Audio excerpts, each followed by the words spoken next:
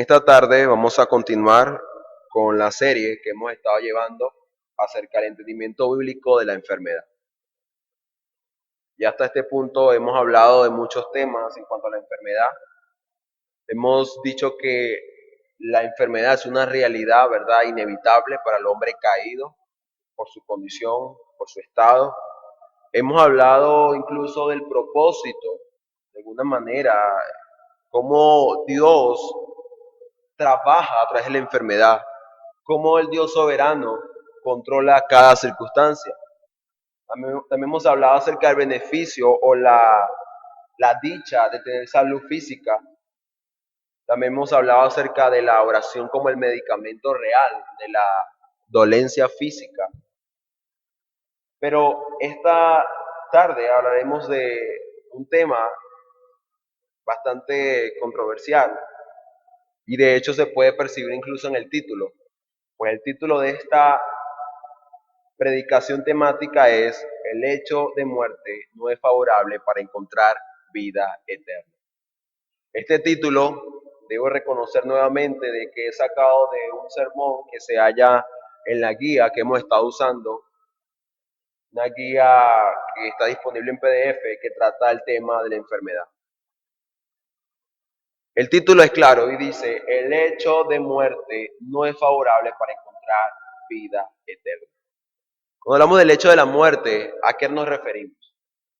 Hermano, nos referimos a una persona que por su estado y condición física es probable que esté cerca de la muerte. Hablamos de que es una persona cuyo la medicina ya no da esperanza de vida. Es una persona que ya ha sido relegada o de alguna manera entregada a la muerte misma. Es una persona que está agonizando. Es una persona que ya no hay esperanza de vida terrenal, de vida física. Cuando alguien se encuentra en esta situación, es donde se usa la palabra lecho de muerte. Pero, ¿qué de que no se puede encontrar vida eterna en esa situación? ¿A qué nos referimos? Sería la pregunta. Lo que en pocas palabras dice el título, yo lo que trataré de decir, por la gracia del Señor en esta prédica, es que no es favorable encontrar vida eterna en esa situación. Usted dice, pero ya va, es que yo creía o pensaba que en esa situación donde la muerte es inevitable, la persona está más dispuesta a creer en Cristo para salvarse del infierno. Sí, yo también pensé eso. De una manera humanamente pensando, yo dije, si alguien está cerca de la muerte, lo más obvio, lo más típico es que busque de Cristo, ¿no? Vaya a Cristo para salvación de su alma. De hecho, muchas personas dicen, no, es cuando sea viejo, cuando esté a punto de morir, yo busco de Dios, yo busco de Cristo. Pero ¿sabes algo? La realidad muestra algo totalmente distinto. Y lo que nos muestra es que esta situación en la cual la muerte ya está casi que abriendo la puerta, en esa situación no es nada favorable poder tener o hallar vida eterna en Cristo Jesús. O sea, creer para salvación. Para comenzar a introducirme a esto, quisiera hablar de dos cosas, para que no hayan malas interpretaciones o confusión al momento de tratar este tema. Y es que lo primero que hemos de considerar, y algo que se ha dicho durante toda esta serie, es que Dios es soberano. Dios es soberano. Mi hermano, Dios está sentado en su trono. Ni la enfermedad, ni la dificultad, ni la misma muerte puede llevarnos a nosotros a pensar de que Dios no está gobernando o no está siendo rey sobre esa área o situación específica que estemos viviendo o que esté viviendo algún familiar o un amigo. Aún la enfermedad, mi hermano, Dios es soberano, incluso en las causas, son las que normalmente nosotros podemos llegar a experimentar o a vivir como personas. Pero también hay que considerar, y algo que considero seriamente, es que sí hay una posibilidad, por supuesto, de hallar salvación en esa situación. Sí hay una posibilidad de hallar salvación, perdón, en el hecho de la muerte. Claro que sí. Y de hecho sería buenísimo porque de esta manera la cantidad de los redimidos y salvados por la gracia de Dios aumentaría. Pero ¿sabes algo? Lo que la palabra de Dios nos muestra, la verdad de Dios nos dice que el hecho de la muerte normalmente no es un lugar donde las personas pueden hallar vida eterna o salvación. Y para hablar de esto, quizá usted tampoco confunde con, pero dime cómo, por qué razón no es posible hallar vida eterna en esa situación. Pues para esto quisiera mostrar o enunciarles el bosquejo de este sermón. Mi hermano, hay dos causas principales por las cuales no es favorable, o sea, no es óptimo o no es fácil hallar vida eterna en el hecho de muerte. Estas dos causas principales son causas bíblicas. O sea, la palabra de Dios me revela, me muestra a mí, me persuade a mí a creer que esa situación no es favorable. Razón por la cual la primera división de este sermón se llama causas bíblicas. ¿Por qué el hecho de muerte no es favorable para encontrar vida eterna? Tenemos causas bíblicas, primera parte. Segunda parte, causas físicas. Además de lo que la palabra de Dios revela y muestra, hay que considerar lo que el cuerpo físico experimenta en esa situación de casi muerte, en el hecho de la muerte. Como veremos en esta división, hay que considerar que muchas enfermedades limitan la capacidad del hombre de poder comprender, entender lo que está sucediendo en su entorno. Y esto, por supuesto, es importante al momento de creer para salvación. Así que quisiera, ya habiendo dicho esto, entrar a la primera división, causas bíblicas. Esta división tiene tres encabezados principales y cada uno de ellos será desarrollado a la medida que vayamos avanzando. El primero de ellos es tomado de la guía que estamos usando. El plan revelado para salvar a los perdidos supone que, por lo general, se anuncie públicamente el mensaje de salvación en lugares de reunión. Repito, el plan revelado para salvar a los perdidos supone que, por lo general, se anuncie públicamente el mensaje de salvación en lugares de reunión, o sea, en lugares públicos, en lugares en los que las personas normalmente se encuentran o están ahí. Un ejemplo de esto, y bastante claro, es lo que vemos en el libro de Hechos, el día de Pentecostés. Dice la palabra del Señor que el mensaje del Evangelio fue predicado y dice que 3,000 fueron agregados a la iglesia, al pueblo de Dios. Y luego, poco después, otros miles. Mi hermano, el día de Pentecostés, todos bien lo conocemos, ese día donde el Espíritu Santo descendió, ¿no? Y moró con poder en sus hijos, en los creyentes, en los discípulos de Cristo. Pero esa situación que nos muestra y nos revela que lo que sucedió ahí fue algo que Dios había determinado. O sea, Dios soberanamente quiso que fuera ese día. ¿Pero por qué? Mi hermano, fue ese día porque Dios quería que su reino se expandiera lo más pronto posible. El día de Pentecostés era un día festivo para el pueblo de Israel, en el cual muchas personas de muchas regiones del mundo se reunían. Y en ese contexto donde hay una fiesta, donde hay muchas personas, es donde el mensaje de Dios o el Evangelio es predicado. Por esta razón, hemos de entender entonces que Dios requiere y pide que este mensaje de salvación sea predicado en lugares de reunión. Pero ¿qué de estos miles que creyeron en el Señor? ¿Qué hicieron? Hermanos, según Mateo capítulo 28, se le requiere a todos que creen en Él que también vayan y prediquen el Evangelio a otros. Según de Corintios capítulo 5, versículo 20, si pueden acompañar a este pasaje, dice el apóstol Pablo, así que somos embajadores en nombre de Cristo. Como si Dios rogara por medio de nosotros, os rogamos en nombre de Cristo, reconciliados con Dios. Mi hermano, tú y yo, si hemos creído en el Señor, somos embajadores de Cristo. Hermano, somos embajadores del reino de Dios en la tierra. ¿Sabes qué es una embajada? No sé si te has preguntado qué es una embajada, pero la embajada Por ejemplo, la embajada de los Estados Unidos en Venezuela es un pedacito de Estados Unidos en Venezuela, literalmente. Venezuela se mete en la embajada de Estados Unidos, ataca a la embajada, es atacar a Estados Unidos. Eso es provocar una guerra contra los Estados Unidos. Literalmente lo es. ¿Por qué? Porque es la embajada de los Estados Unidos. O sea, ahí en esa embajada manda a los Estados Unidos. Entonces, ¿por qué digo esto? Aquí el apóstol Pablo dice, somos embajadores en nombre de Cristo. Lo que está diciendo el apóstol Pablo es que somos representantes de Cristo. O sea, somos ciudadanos de los cielos en la tierra. ¿Pero por qué dice esto?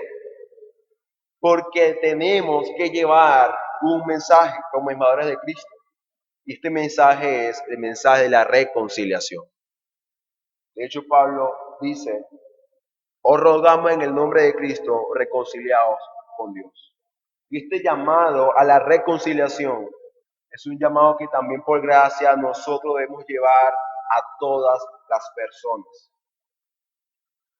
Pero, ¿en dónde hemos de llevar este mensaje? ¿A qué lugares? Pues cuando le vamos a lo que es la gran comisión, podemos presuponer que lo que Dios quiere es que vayamos y prediquemos la palabra del Señor donde hay multitudes, donde hay personas que se reúnen regularmente.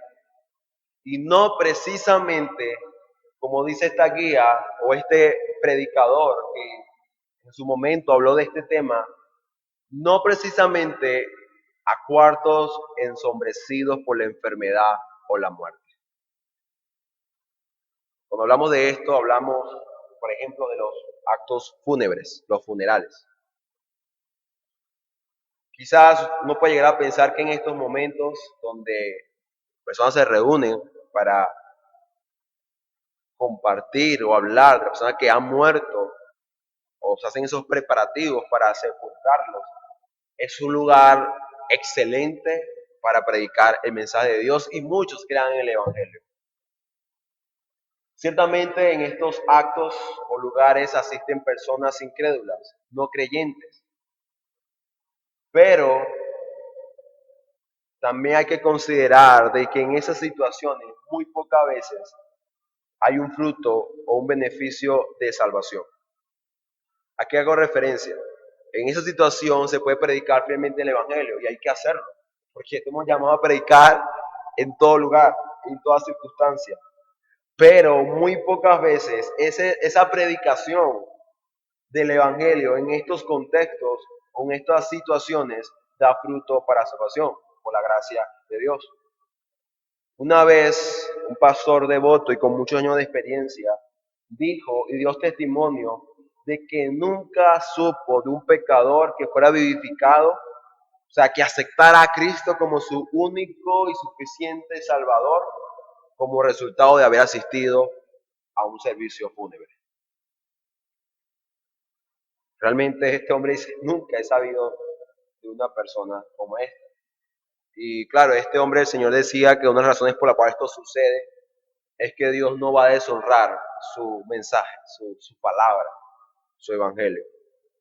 ¿Por qué? Porque estas personas incrédulas están dispuestas a nunca faltar a una reunión fúnebre, pero sí están dispuestas a no ir y congregarse donde la palabra de Dios es predicada. Este hombre, el Señor así lo decía y creo que tiene mucha razón en cuanto a que Dios es celoso, en cuanto a su palabra, en cuanto a su mensaje. Y Dios, pues, típicamente no obra para salvación en estas situaciones. Pero hay una segunda razón,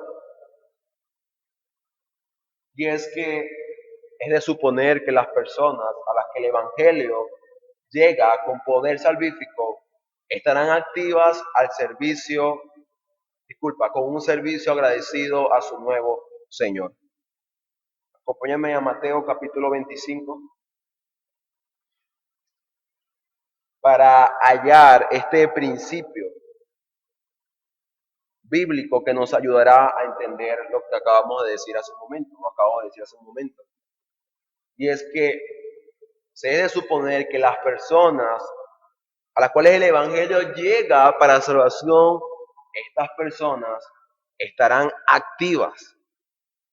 ¿Activas en qué sentido? Que estarán sirviendo de forma gozosa, agradecida a su nuevo Señor, o sea, a Cristo, a Dios. Mateo capítulo 25, si usted ha leído este pasaje, sabrá de qué habla a partir del versículo 14. Y es que el Señor Jesús dice, porque el reino de los cielos es como un hombre que partiendo lejos llamó a sus siervos y les entregó sus bienes. Y dice, y a este dio 5 talentos, y a otros 2, y a otro 1, y a cada uno conforme a su capacidad, y luego partió lejos. ¿Por qué hizo esto el amo?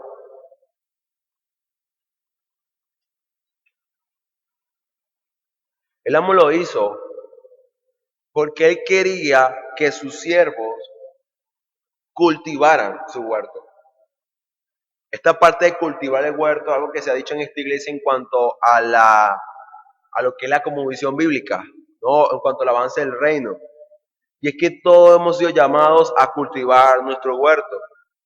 A estos hombres se les delega una responsabilidad de recibir talentos, pero no eran para que fueran guardados, sino para que fueran cultivados, fueran reproducidos.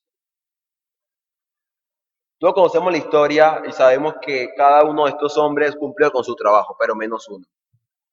Dice que uno de estos hombres, ¿qué hizo? Enterró lo que se le había dado. ¿Y qué fue lo que su amo le dijo cuando le pidió cuenta de lo que le había dejado? Dice el versículo 26, y respondió su señor, le dijo, siervo malo y negligente, sabías que ciego donde no sembré y recojo donde no esparcí. Por tanto, debías haber dado mi dinero a los banqueros, y al venir yo hubiese recibido lo que es mío con intereses. Quítale pues el talento y dalo al que tiene 10 talentos. ¿Se da cuenta? Hay una reprensión. ¿Pero por qué? Porque no cultivó su huerto. ¿Qué quiere decir esto, mi hermano? Es que el amo, o sea, Dios, permite que nosotros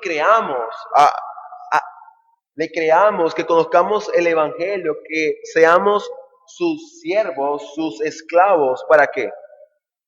Para que activamente le sirvamos, para que activamente vayamos y cultivemos el huerto que Él nos dejó. Esto lo que muestra es una realidad, como dice este varón, es una realidad histórica que la familia de Dios sobre la tierra tiene su principal crecimiento y aumento entre los que son fuertes y gozan de una buena salud. Nos vamos a los evangelios y al libro de Hechos. La multitud que creyó para salvación, ¿quiénes eran? ¿Enfermos? No, de hecho la gran mayoría de enfermos nunca creyeron para salvación. Algunos de estos enfermos eran sanados, pero soy sano, estoy bien, pero luego se iban a su mundo. Entonces, si lo veo a la luz de esta realidad, podría entender entonces que no algo muy típico, o sea, no algo que suceda regularmente, de que Dios llame a alguien para salvación estando cerca de la muerte. ¿Pero por qué? Porque obviamente no se le da la oportunidad a esa persona de cultivar o de sembrar para cosechar eternamente. Mi hermano, hemos sido llamados a servir. Hemos sido llamados a que nuestra vida sea una vida de servicio, que nuestra vida contribuya al avance del reino de Dios. Pero vayamos a la tercera razón o causa, según esta división, que son las causas bíblicas. Para entender por qué razón no es favorable el hecho de la muerte para hallar vida eterna, debemos considerar la naturaleza del Evangelio. Mi hermano, el Evangelio ciertamente es salvación por la fe en Cristo, ciertamente lo es, pero es más que eso. Cuando hablamos del Evangelio, de su naturaleza, Tenemos que hablar también de una cantidad de preciosas y maravillosas verdades. Hablamos de un contenido, hablamos de verdades que deben aprenderse, deben creerse y además deben vivirse. Esa es la verdadera naturaleza del Evangelio. Esto quiere decir ahora entonces que si yo recibo la gracia del Señor para creer y conocerle y obtener salvación, ¿debo qué? Debo crecer en su gracia. Debo vivir para su gloria y en mí debe forjarse la imagen de Cristo Jesús. ¿Para qué? Para hacer sal en la tierra. Esto abarca y hace entender entonces que debo aprender, debo creer y debo vivir.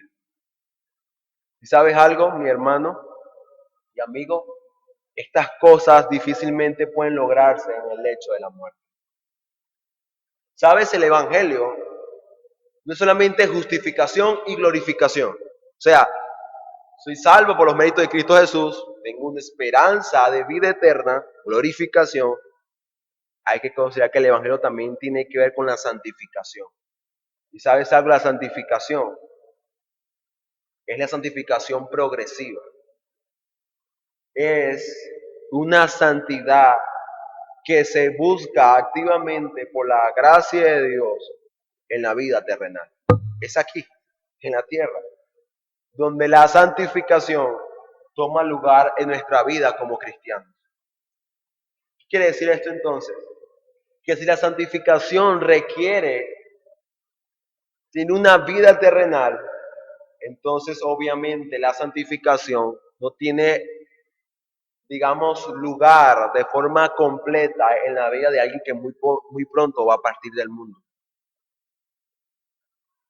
Mi hermano, el Evangelio es justificación, santificación y glorificación. Y hemos de entender que la santificación tiene que ver con nuestra vida en la tierra, es una vida a la imagen y semejanza de Cristo. Es ser luz en las tinieblas. Pero otra razón por la cual el hecho de la muerte no es favorable para hallar vida eterna son las causas físicas. Y con esto, con esta última división, ya iría terminando. Cuando hablo de las causas físicas, mi hermano,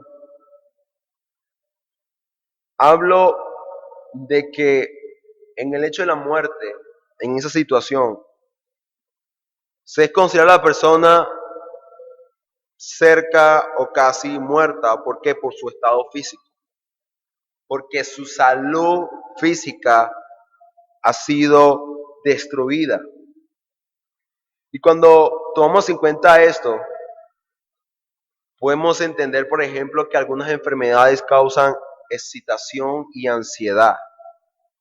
Y que de hecho, algunas enfermedades que se sufren producen una alta y una intensa fiebre, lo cual produce o afecta la circulación y por lo tanto también afecta el cerebro y todo el sistema nervioso. ¿Esto qué significa? Significa que la persona que está en esta situación puede llenarse de pensamientos que nada tienen que ver con la realidad. A menudo esta persona sufre un delirio. A menudo estas personas, incluso por debido al dolor intenso que sufren, el dolor o la situación, la enfermedad, les hace imposible poder recibir algún tipo de enseñanza o palabra. Lo que hago referencia, mi hermano, es que la enfermedad, o en el caso de este tema del hecho de la muerte, es realmente difícil que una persona pueda creer para salvación. ¿Sabes algo? Si el momento más difícil de poder ser receptivo al mensaje del Evangelio es el momento de la enfermedad, digo el momento de enfermedad intensa. Y sabe algo, lo digo por experiencia. Imagínese usted a alguien que nunca, o sea, que siempre rechazó el Evangelio y luego haya caído en un estado como este. ¿Eso qué produce en su corazón? Dureza. mucha más dureza de la que tuvo durante toda su vida. Y lo que hace es quejarse y rebelarse aún mucho más contra su hacedor, contra su creador. Si para nosotros siendo cristianos es difícil mantener la cordura en el momento del dolor o la aflicción física, imagínense lo que sería para un incrédulo. Lo digo por experiencia, yo una vez sufrí un dolor intenso de muela, mis familiares saben que hasta estaba llorando, gemía, casi que pegaba gritos, al punto de que los vecinos me preguntaban, Jesús, ¿estás bien? ¿Estás bien? ¿Todavía estás vivo? ¿Sabes algo en esa situación de dolor intenso? Realmente es difícil pensar o razonar la situación. Es muy difícil. Hablamos de que el cuerpo imposibilita la capacidad cognitiva de la persona. Usted puede decir, pero ¿acaso es importante para creer para salvación? Muchísimo, mi hermano. Porque para que la verdad de Dios llegue al corazón, primero debe haber llegado a la mente. ¿Sabes algo? El Evangelio, recuerda, es un conjunto de verdades que deben ser creídas. Así que, ¿vas a creer algo que no entendiste? Imposible. Hay que entender que para poder abrazar, comprender y entender, se debe tener la capacidad del entendimiento. Y esta, por supuesto, se escurece y se debilita en el momento de la enfermedad o en el momento en el cual la persona está cerca a la muerte. Quisiera dar un ejemplo, una ilustración para que entendamos un poco más esto, y esto lo hallé en la guía. Y este hombre hablaba acerca de un caso de un reverendo o un pastor, Benjamin Holmick. Y este hombre comentaba, era un pastor de una iglesia presbiteriana, comentaba que en su iglesia había una mujer muy alegre, muy hermosa, y esta joven cayó en la enfermedad, o sea, cayó en cama. Pero, ¿sabe? Esta joven nunca confesó la fe de Cristo, nunca. En su vida terrenal nunca lo hizo, nunca creyó para salvación. Pero este pastor iba, la visitaba, trataba de explicar el evangelio, anunciarle la palabra de Dios para que creyera, debido a que estaba próxima a la muerte, ya que los médicos ya no habían dado esperanza de vida y incluso sus familiares llegaron a la habitación para despedirse de esta joven. ¿Y sabes qué hizo esta mujer o esta joven? Confesó. Dijo que creyó para salvación, creyó en Cristo. Al punto que esta joven llama a sus familiares para despedirse, pero también para compartir su fe, para declarar y decir que creyó en Cristo. Y que por lo tanto se le esperaba en los cielos para vida eterna. ¿Sabe qué sucedió luego? Este hombre vuelve pensando de que ya había sido sepultada y no, esta joven estaba saludable, tenía salud, estaba bien. Todos pensaban que iba a morir y la joven estaba, a los pocos días luego, ya estaba muy bien. Y este pastor consideró sabiamente el dejarla o apartarse cierta cantidad de tiempo. Y él dice que cuando regresó a visitar a esta joven, se quedó espantado por lo que vio.